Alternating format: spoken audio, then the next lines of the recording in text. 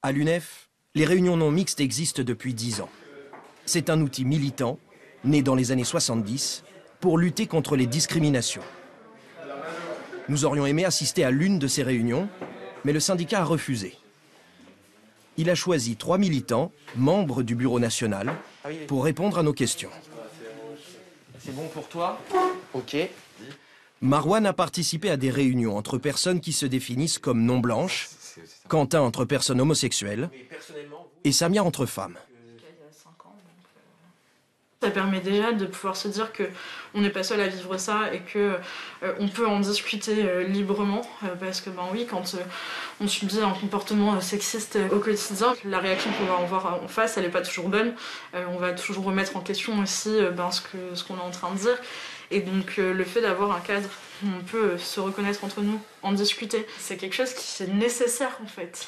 Moi, ça m'a permis aussi de m'exprimer, alors qu'avant, jamais je n'aurais eu à l'esprit d'en parler, d'en parler à qui que ce soit, parce que pour moi, sois fort, garde ça pour toi et ne te plains pas. La non-mixité, c'est la première étape, mais ensuite on discute en cadre mixte de tout ça. Et le but, c'est aussi de pouvoir en fait échanger avec des personnes qui ne sont pas concernées pour voir aussi comment on peut, nous en tant que syndicat, militer sur cette question-là ensemble, progresser ensemble et mieux vivre ensemble. Légitime ou non. À l'UNEF, la lutte contre les discriminations a donc une méthode et un vocabulaire. Salut, je m'appelle Ryan. Salut, moi c'est Ida. Comme le montre ce clip contre le racisme diffusé en 2019. Je suis une personne racisée et je suis militant à Palège. Être une femme racisée, être une personne... Racisée.